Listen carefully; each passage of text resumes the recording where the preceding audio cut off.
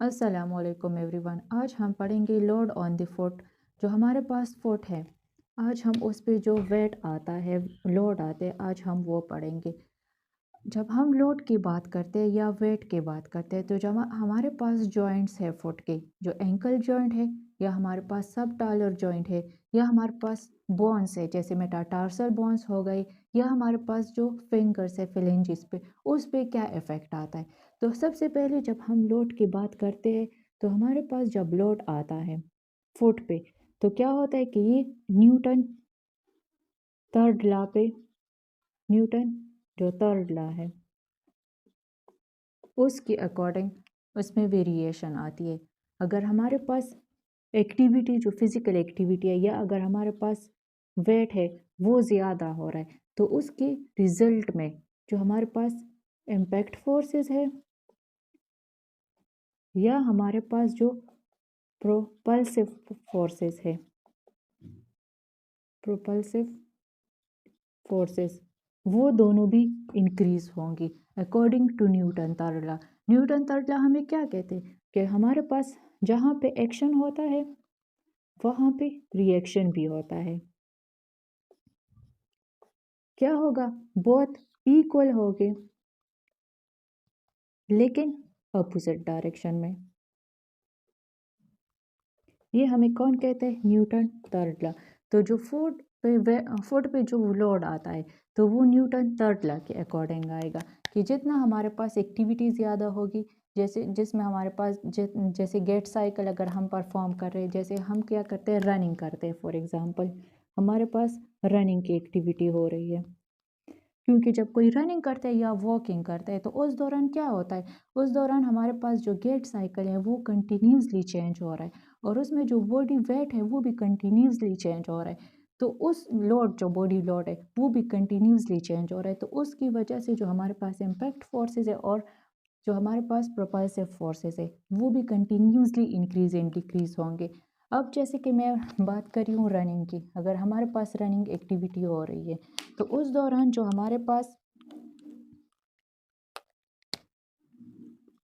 जो हमारे पास क्या हो रहा है कि इम्पैक्ट फोर्सेस है, तो इम्पैक्ट फोर्सेस हमारे पास 1.6 से कहाँ तक इंक्रीज हो जाते हैं, 2.3 तक। इतने इसमें इम्पैक्ट फोर्सेस में डिफरेंस आता है, इम्पैक्ट फोर्सेस।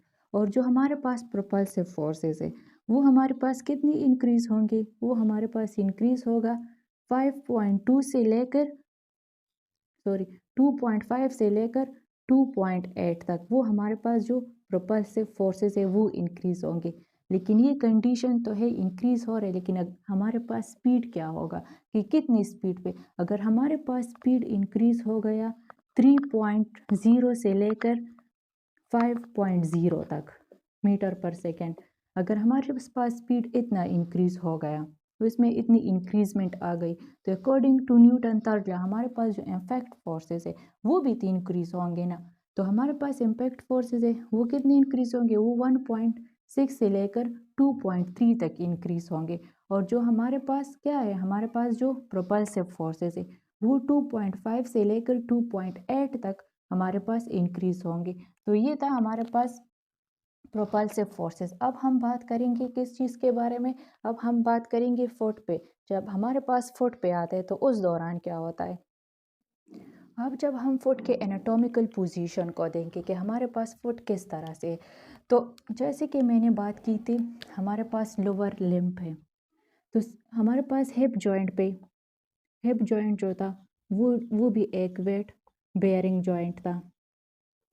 इसके अलावा हमारे पास जो नी जॉइंट थी, नी जॉइंट, वो भी एक वेट बेयरिंग जॉइंट था। और अब जो इसके बाद एंकल और फुट की बात आती है, तो वो भी एक वेट बेयरिंग ही है। लेकिन अब हम बात करेंगे कि वो किस तरह है। जो हमारे पास जो हमारे पास सब टॉलर जॉइंट है, ये बहुत इंपॉर्टेंट बात है। जो सब टॉलर जॉइंट नहीं है, वो हमारा जो वेट है, जो लोड आता है सारे बॉडी का, वो 50% लोड जो है वो हमारे पास सब टॉलर जॉइंट पे आता है। और सब टॉलर जॉइंट किसके बीच है, सब टॉलर जॉइंट जो है वो हमारे पास टेलिस बोन प्लस कैल्किनियम बोन, उन दोनों के बीच जो जॉइंट बनता है उसको हम सब टॉलर जॉइंट बोलते हैं। तो सब टॉलर जॉइंट जो है वो 50% वेट जो है वो हमारे पास लोड इस पे आता है। अब बाकी जो वेट है वो कहाँ जाएगा? जो हमारे पास बाकी वेट है, जब हमारे पास जो फर्स्ट मेटाटार्सल फर्स्ट मेटाटार्सल किसकी है? वो हमारे पास जो बिग टो की मेटाटार्सल है। सबसे ज़्यादा जो 50% और वेट है वो हमारे पास उस पे आएगा। फर्स्ट मेटाटार्सल पे सबसे ज़्यादा वेट आएगा। तो हमारे पास जो वेट डिस्ट्रीब्यूशन है लोड, वो फुट में किस किस चीज़ पे है? वो सब टॉलर जॉइंट पे है 50%, और जो हमारे पास 50% है वो हमारे पास किस चीज़ पे है? वो सब टॉलर जॉइंट पे है। तो ये हमारे पास क्या है? Load on knee joint. अगर हमारे पास कुछ ऐसी कंडीशंस आ जाए कि उसमें हमारे पास ये लोड इंक्रीज एंड डिक्रीज हो रहा है, ये भी तो हो सकता है कि कंडीशन आ जाए हमारे पास फुट की, तो कैसी ऐसी आर्किटेक्चर आ जाए जिसमें हमारे पास फुट की स्ट्रक्चर ही चेंज हो जाए, तो फिर तो हमारे पास लोड भी चेंज होगा ना, लोड में भी वेरिएशन आएगी कि ज़्यादा आएगा कम आएगा। तो अगर हमारे पास कंडीशन आ गया पिस प्लानस, ये कौन सा कंडीशन है? ये वो कंडीशन है जो हमारे पास, जिसको हम फ्लैट फुट भी बोलते, जो हमारे पास आर्चेस नहीं है फुट में, आर्चेस अगर वो हमारे पास कम हो जाए, आर्च मीडियल आर्च है वो कम हो जाए, क्योंकि हमारे पास फर्स्ट मेटाटार्सल कहाँ लाई करता है? वो हमारे पास मीडियली लाई करता है ना। जो हमारे पास बिग टो है वो मीडियल साइड पे प्रेजेंट है। तो अगर हमारे पास उस आर्च में कमी आ जाए, जब वो कम होगी, तो हम क्या कह रहे कि मिस फर्स्ट मेटाटार्सल पे सबसे ज़्यादा वेट आए, तो उस दौरान जो वेट होगा, जो लोड होगा बॉडी का, जो लोड होगा वो हमारे पास क्या आएगा? वो कम आएगा, लेस आएगा, रिड्यूस इसमें आएंगे, क्योंकि हमारे पास ऑलरेडी जो फुट है वो एक ऐसी कंडीशन में, ये क्लिनिकल कंडीशन है पिस प्लानस, जिसमें हमारे पास आर्चेस वो कम है, तो हमारे पास लोड कम आएगा। अब अगर हमारे पास ऐसे और भी कंडीशन है जिसमें हमारे पास ये आर्चेस ज़्यादा हो जाए, अगर हम दूसरी कंडीशन की बात करें, वो है हमारे पास है पेस कैनवस कंडीशन है। मैं इसको रफ करती हूँ।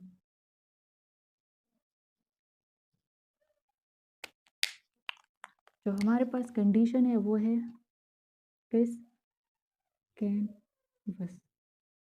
अब ये कौन सा कंडीशन है? ये ऐसा कंडीशन है जब हमारे पास ये आर्च, जो आर्च है मीडियल आर्च, अगर आर्च हमारे पास ज़्यादा हो जाए, जब आर्च हमारे पास ज़्यादा होगा तो जो लोड आएगा, लोड फुट पे, वो सबसे ज़्यादा इस कंडीशन में आएगा। नॉर्मली जो हमारे पास लोड है, ओवरव्यू देती हूँ, नॉर्मली जो हमारे पास लोड है फुट पे, वो 50% सब टॉलर जॉइंट पे आता है और 50% मेटाटार्सल फर्स्ट मेटाटार्सल पे आता है, जो बिग टो के मेटाटार्सल है। अगर हमारे पास कुछ ऐसी कंडीशन आ जाए जहाँ पे लोड ज़्यादा वेरिएशन लोड में आएगी, तो वो है पिस प्लानस कंडीशन, जहाँ पे हमारे पास फ्लैट फुट होगा और आर्च कम होगा। जब आर्च कम होगा तो उस दौरान हमारे पास जो लोड है वो कम आएगा। और दूसरा जो है पिस कैनवस कंडीशन है, इसमें जो हमारे पास आर्च है, मीडियल आर्च है, वो हमारे पास